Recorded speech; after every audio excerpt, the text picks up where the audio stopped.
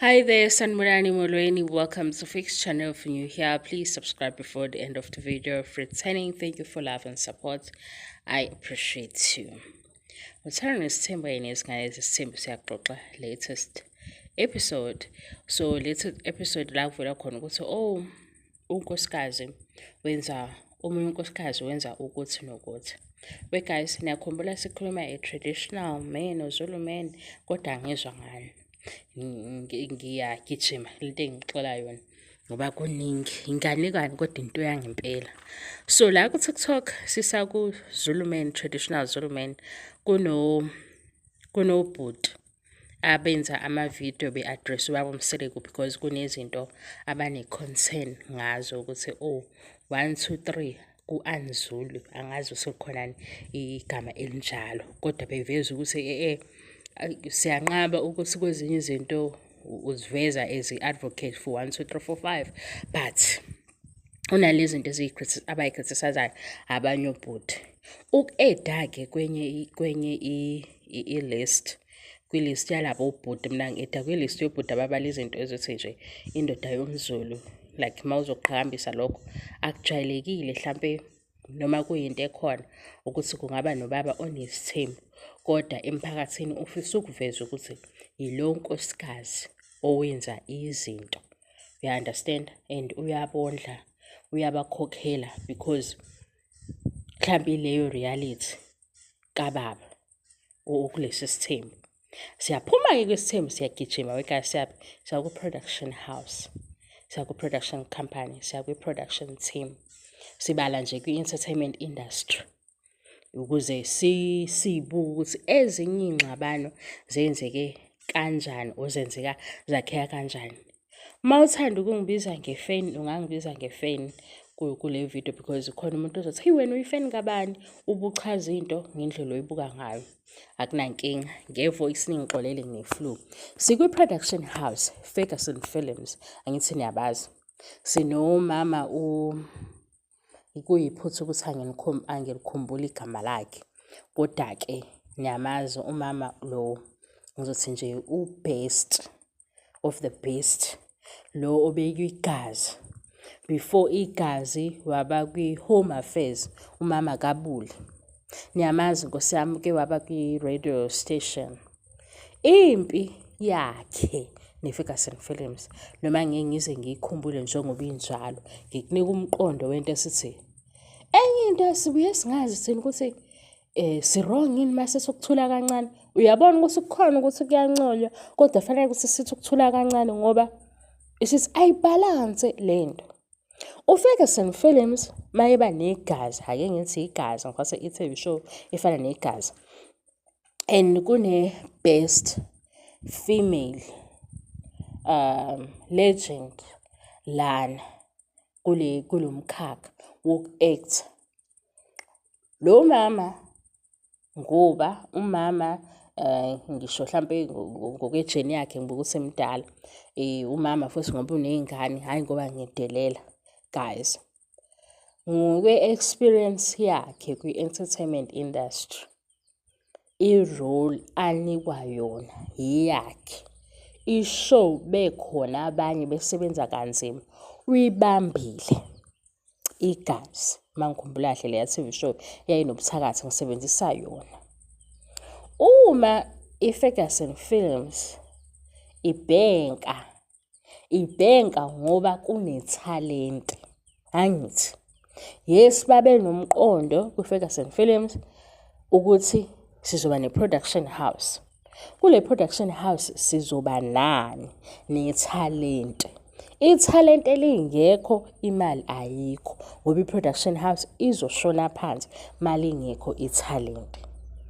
Kukanjalo-ke manje kuthanda nesithembu sivele singazi thina ngoba bakhona o-best laphayana kwithalente masebenza ubuziwildi babo kodwa manje mase kukhulunywa into enemali kuyiwa behind the scenes because kunonkosikazi behind the scenes.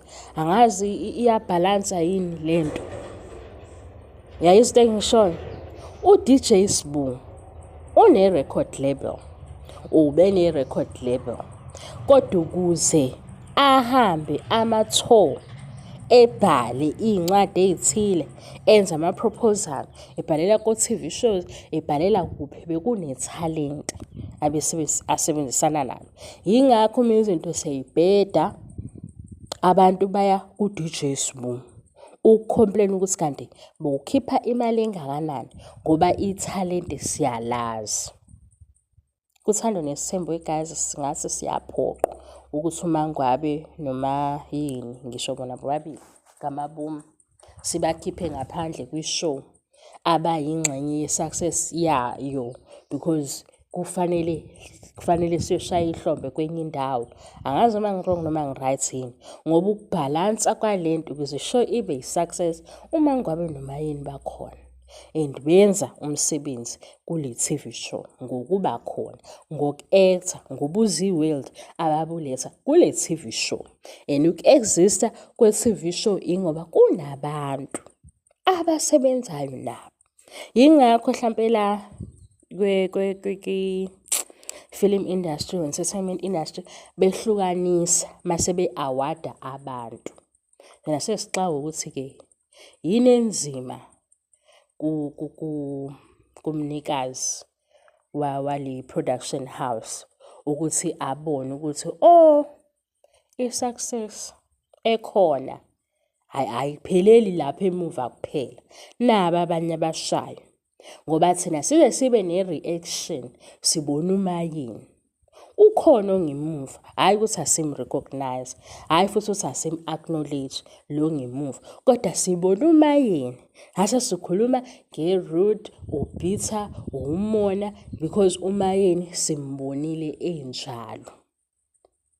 Sekunemali, mase kunemali hlampe sizoncoma kakhulu lo obala imali kangcono kunoMayeni, uMayeni igalelo lakhe alibonakali because eyakhe i-contribution ukuthi i-character yakhe ku-TV uRude and abantu basticka kulokho Rude, kodwa lokho kuba Rude kuyavela Wednesday, Thursday kuThando Nesithembu.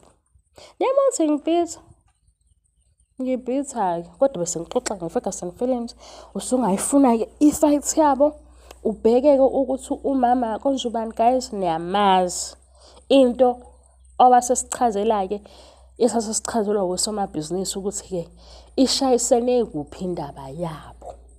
Kwaba khona othi-ke hlampe i-show isuke yenza imali engaphezu kwale abebe-expect-ile or by-estimate. Manje umama ngenxa yokuthi yena uyithalente usefuna-ke i-share kwi-bonus, ngoba hlampe kungenzeka naku-DJ Sbu ufike ebuka ukuthi hhayi i-album izohamba ibe ngaka, kanti i-album ivele i-break ama-records amaningi, imali yani, nalona-ke oculayo abe more popular, abizwe ey'ndaweni ey'ningi. Thina-ke ngoba sibambe umculi, sikhulumela umculi, kodwa u-DJ Sbu ekhona. Lento isiseleni u-DJ Sbu enze iqiniso ngale ngemuva ngasemalini noku-appreciate, because azaphithizele kunethalente alibambile. Without ithalente ayikho i-record label, without ithalente ayikho i-production house, asikho i-studio. Hlampe-ke ngoba ngikubala la ukuthi umndeni, manje kuba sengathi khona ophambili khona osemuva. Laba-ke esiba, angibathuki mina guys, ngenzela ukuthi abantu becacelwe le nto. Laba-ke abathukwayo yingoba beku-TV, bekwi-camera, bewu-30 minutes episode. Le episode ethi sibukiwe yadayiswa ko-Showmax, yaba kuMzansi Magic, yabuza o-Toyota Motors, yabizwa obani lokhu kudla lokho laba abaphekayo abasponsile, yabiza ama-sponsor. Mayingxenye yaleyo nto esiyenziwe yini, esiyenziwe yi-audience, ngoba kuphuma nje ama-invitations oko-Durban July, akumenywa umuntu oyedwa, kumenya i-brand uThando Nesithembu. Kodwa manje le brand uThando Nesithembu khona oyihlukanisayo. Manje thina sazi-ke ikhona leyo nto guys, abanye abantu abakweletanayo, bekhohlwe ukuthi hawu, njengoba sikweletana thina asikhokhelane ngapha eceleni isikweletu sethu. Lana kwi-production house umayeni nomangwabo ukhona. Behleli bethule besukuma behamba bepheka be-unpack bakhona. Manje thina silinde ukuthi ukuze siyi-understand-e le nto ukuthi kwenzeka kanjani. Mase sithi-ke well done. Congratulations because kune-talent kune-production house. Ukuze i-production house ime nethalente. Afike ngomunye athi sibhiza ngoba manje sithi kanti le manipulation kwenzakalani? Sinothisa i-manipulation because sekunoyedwa omisiwe. And uma emiswa thina sibona ngathi kuthiwa nje ungayeki kubhobozwe iphakethe lakhe. I-understanding yami nomunye ngoba i-Ferguson Films beyimile ngethalente ngo-best actors. Kodwa mabehamba abantu abafuna ukubuka ama-influencer because ama-influencer awakwazi uku-acta, ziyonakala-ke izinto. Kodwa mabekhona i-viewership iyakhuphuka ngoba khona ithalente ne-production house imile. Le nganekwane-ke isiphelile la sobe siqhubeke ngesinye isikhathi wegazi ngine-flu, so uma ngikhuluma ngigcine sengiphefumula kabi, ngiyaxolisa ngalokho. Thank you so much for your love and support. Ngiyabonga, angiqedi. Bye.